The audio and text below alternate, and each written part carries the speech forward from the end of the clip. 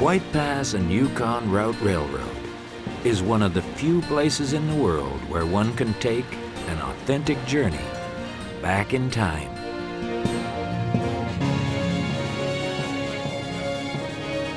On this expedition into the mountains, passengers step back to the frantic days of the Klondike Gold Rush and relive the legendary construction of this celebrated railroad. Built against insurmountable odds to carry the gold seekers and their supplies towards the gold fields, the railroad now carries a new breed of adventurer. Today's travelers witness the engineering wonders of this railroad amid the same breathtaking scenery and rugged terrain the first adventurers faced during their stampede north over a century ago. The White Pass and Yukon Route, the scenic railway of the world.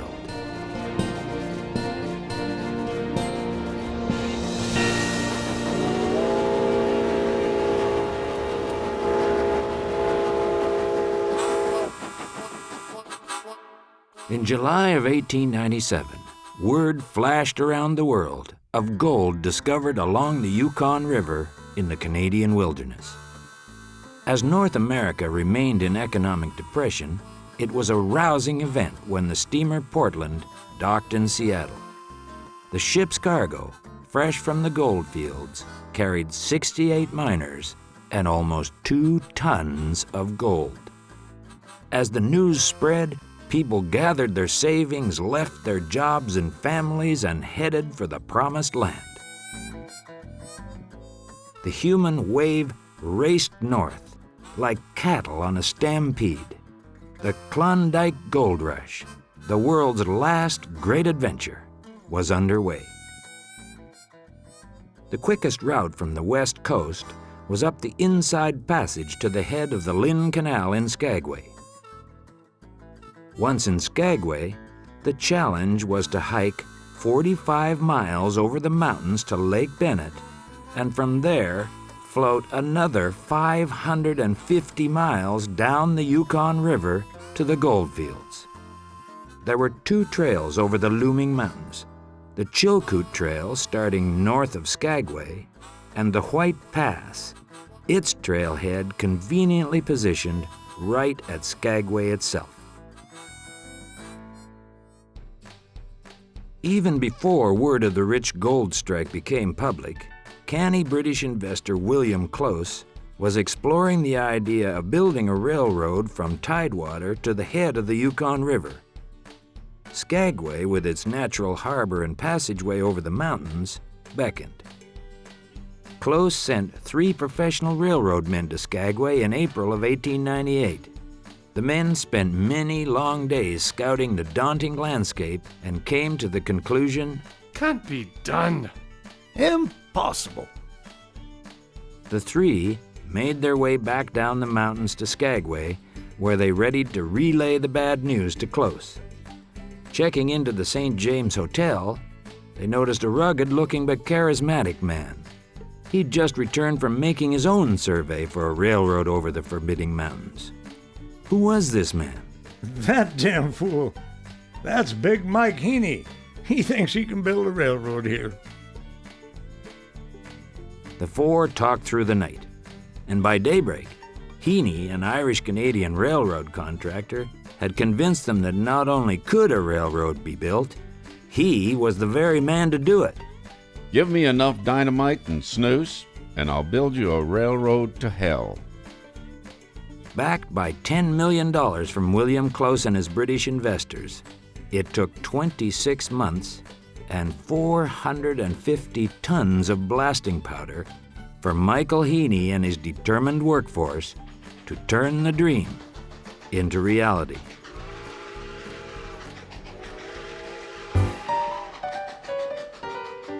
Today, scores of visitors from all over the world sail into Skagway to experience the excitement of the Gold Rush days and ride this historic railway.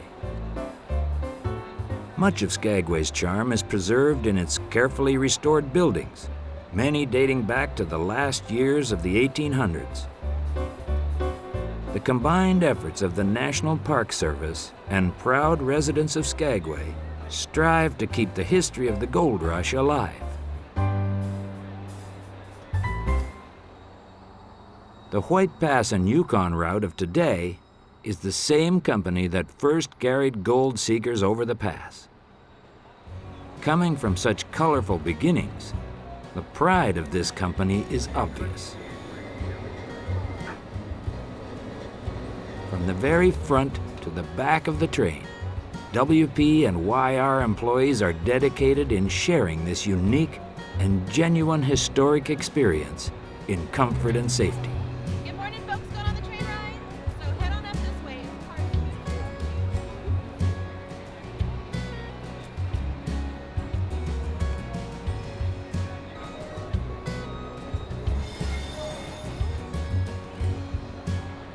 No matter where passengers board the train, a visit to the White Pass and Yukon Route Depot is part of the journey's experience. The building houses the ticket office and the train shop, where plenty of quality books, gifts, and apparel are for sale. Travelers routinely end up at the coffee bar, enjoying the colorful array of murals, a chronicle of more than a century of White Pass and Yukon Route history. Not unlike the stampeders of the past, today's riders board the WP and YR coaches with anxious anticipation, their minds bursting not with illusions of gold nuggets, but rather of thrilling vistas and stories of the railroad's fabled past. The proud fleet of passenger coaches is a combination of vintage and modern rail cars, all named after rivers and lakes in Alaska and northwestern Canada. The oldest car, Lake Emerald, number 244, was built in 1883 and is still in service today. The backbone of the White Pass fleet is its diesel-electric engines, built by General Electric and the American Locomotive Company, beginning in 1954 through the 1970s. White Pass has undertaken an ambitious program of modernizing these mechanical workhorses, one engine at a time. This upgrade provides cleaner, more efficient engines to power WP and YR into the future.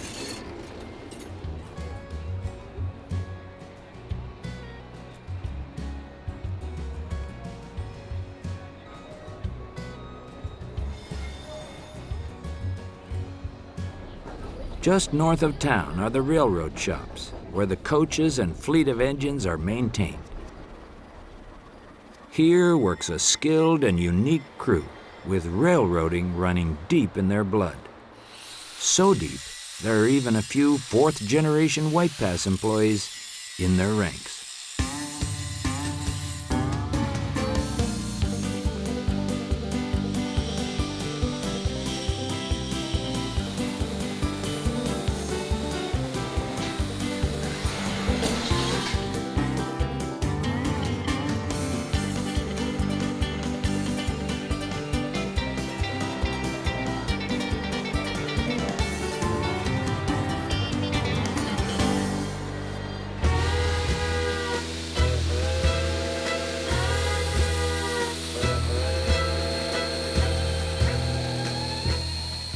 WP and YR operates two of its original steam engines, one of which is over 100 years old. They were built by Baldwin Locomotive Works in Philadelphia, Pennsylvania, and are routinely used for special excursion trips.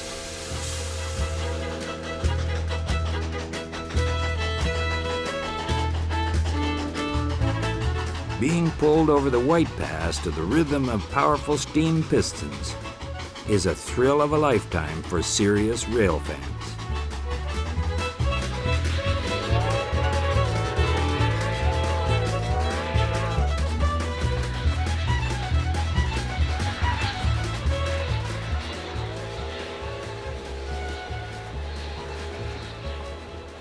At milepost 2.5, passengers are offered a glimpse of the Gold Rush Cemetery. Riders wishing to explore the profound mysteries of this rough-and-tumble graveyard are bestowed a glimpse of what it was like on the streets of Skagway back in 1897 and 98. By December of 1897, Skagway had swelled to a city of 10,000 inhabitants, with an additional 1,000 stampeders passing through every week.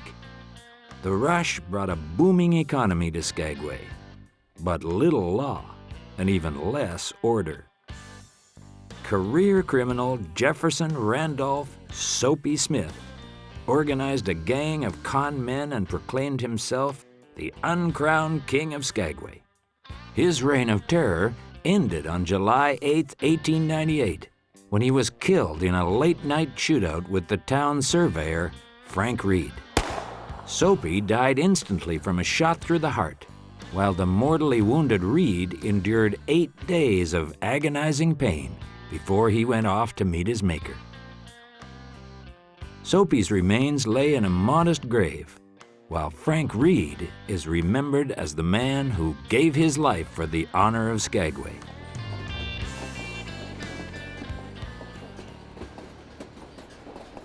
Picking up speed, the train runs along the Skagway River, venturing deeper into the Tongass National Forest. The striking features of this lush coastal woodland flash a continuous selection of postcard scenes.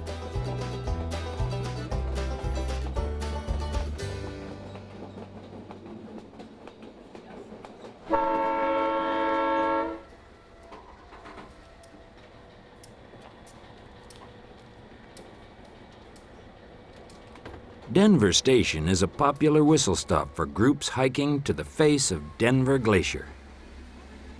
The red caboose, donated by White Pass to the National Forest Service, shelters adventurers who decide to overnight in the valley.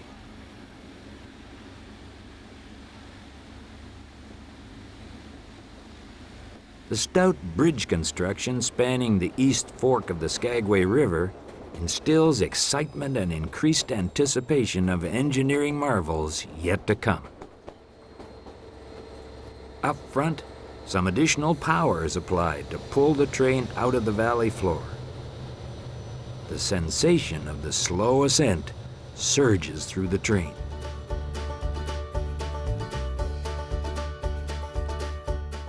Once in Skagway, the mayhem of the stampede left scores of stampeders without the $500 necessary to put together a grub stake, the year's supply of food and equipment required by law to enter Canada and continue on to the goldfields. To pay for this ton of goods, many went to work for the railway.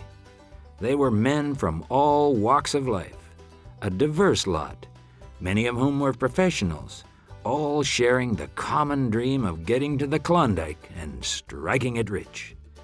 In the words of Samuel Graves, first president of the White Pass and Yukon route, the railway was probably built by the most highly educated workforce ever assembled.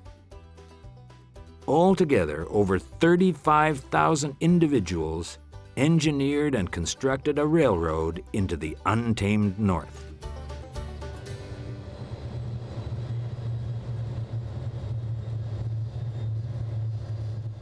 Heaney's crew confronted their first serious obstacle at mile 6.9, a 120-foot-high, solid wall of granite. Over 250 tons of black powder, enough to fill 44 passenger coaches, was detonated to dislodge enough rock to lay the rail bed. At $600 a ton, the black powder for Rocky Point alone cost the railroad $150,000 back in 1898. Flying blast rock caused so many injuries, a doctor was required at an on-site hospital. As a number of laborers had been doctors themselves before their Klondike adventure, they were often pulled off the work line to assist the chief medical officer during an operation. When the procedure was finished, the assistant was sent back to work.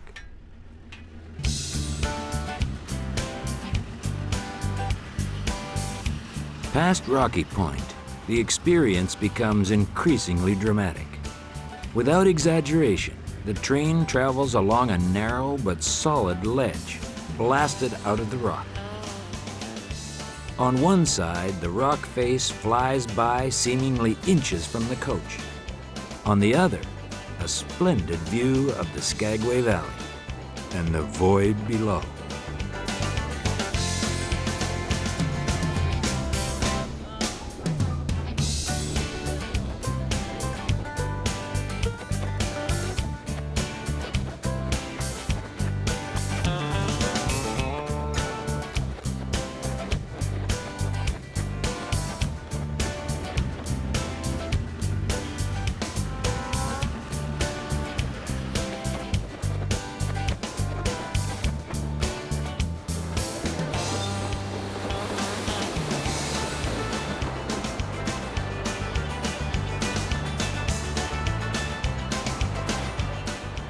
As soon as the railroad was built, it became a sensation.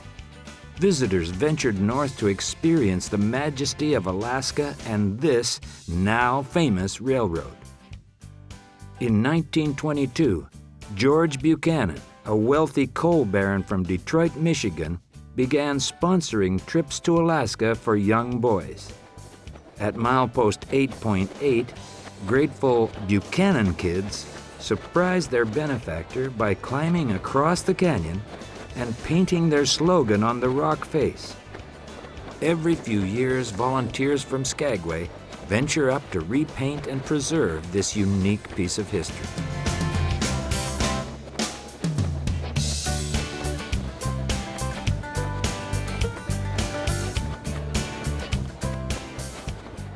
On August 3rd, 1898, tragedy struck. Blasting dislodged a 500-ton piece of granite, crushing workmen Alex Junot and Maurice Dunn along with their pack horses. The massive, unmovable boulder became their tomb. A simple black cross was erected to mark the site. Michael J. Heaney remarked, "No railroad worker could ask for a more fitting monument than that."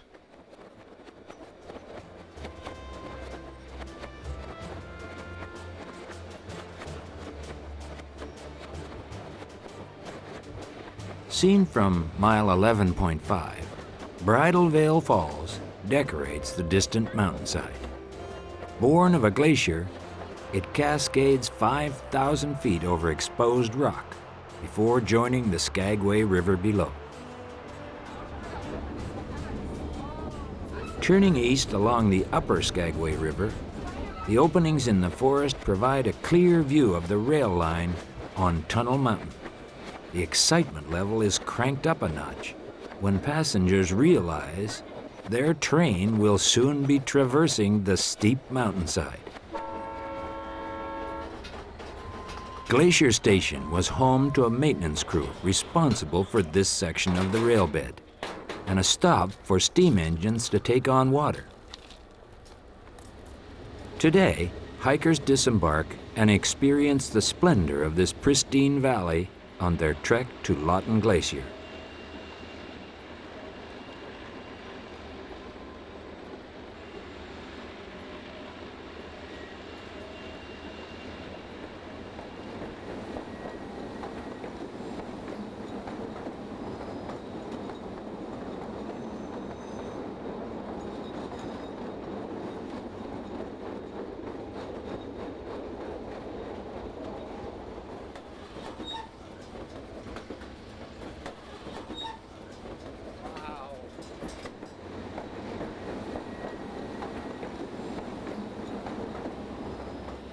Leaving the Skagway River and Glacier Station behind, the train starts up the steepest section of the rail line. Referred to as the High Line, the 3.9% grade gains 206 feet in elevation for every mile of track. Some extra power is needed to scale the steepest grade a loaded train can climb.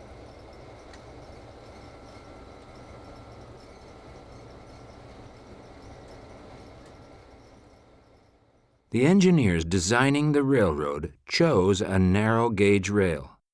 Standard gauge measures 4 feet 8 1/2 inches from rail to rail, compared to the narrow gauge width of 3 feet. Not only was the narrow profile less expensive to build, the sharper turning radius was necessary in this mountainous terrain.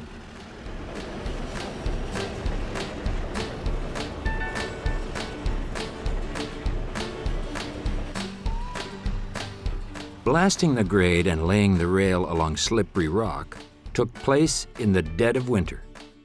Severe weather often limited the men to 1-hour shifts as they dangled from ropes on the icy wall of granite. Men worked in teams to blast the cliff face away from the mountain. One man held a drill steel between his legs, turning it a quarter turn with each blow from his partner's sledgehammers. When several holes were drilled, they were filled with black powder, and another portion of the rock was blown loose and hauled away. The reward? Daily wages of $3, or 30 cents an hour. Once around slippery rock, the men faced another challenge, bridging the 900-foot chasm of Glacier Gorge. Massive timbers were muscled into place, forming a wooden trestle, while men, working just yards away, drilled and blasted a 250-foot tunnel through the mountain. Like riders of the past, the thrill of crossing Glacier Gorge and disappearing into the tunnel is one of the highlights of the trip.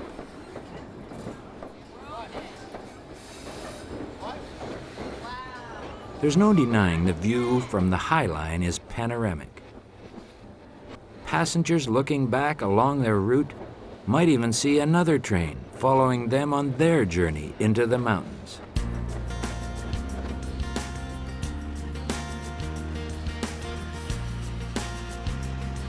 Inspiration Point aptly describes the vista from milepost 17. The port of Skagway from this perspective is testimony to both the rugged beauty of the landscape and the grueling efforts of the railroaders who forged this passageway out of the rock and made possible this thrilling present-day experience. A resident mountain goat herd is often seen on the secluded alpine slopes above the White Pass Trail. A curious stare is the only reaction these sure-footed beasts share with the familiar chain of onlookers.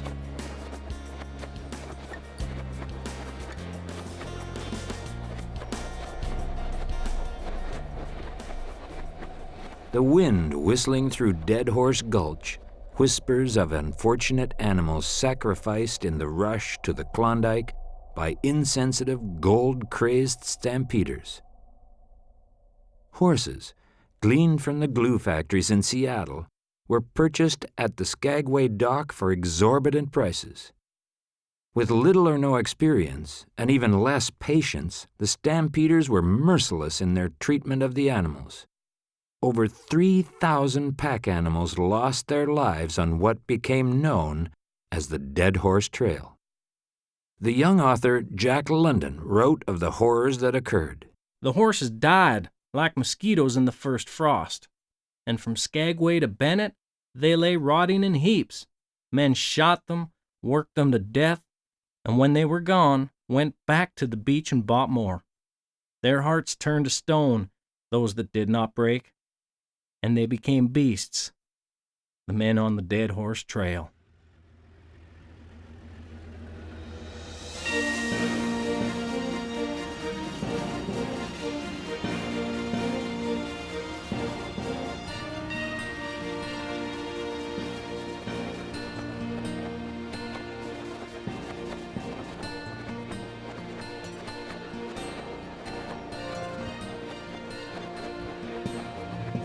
In 1901, the 1,200-foot wide gorge at mile 18.6 was spanned by the famed steel cantilever bridge. At the time, the 215-foot high structure was the tallest railroad bridge of its kind in the world. It was one of the many reasons the White Pass Railroad was designated an International Historic Civil Engineering Landmark, a title shared with the likes of the Statue of Liberty, the Eiffel Tower, and the Panama Canal. Retired in 1969, the bridge remains a symbol of the White Pass and Yukon route and the centerpiece of the company logo.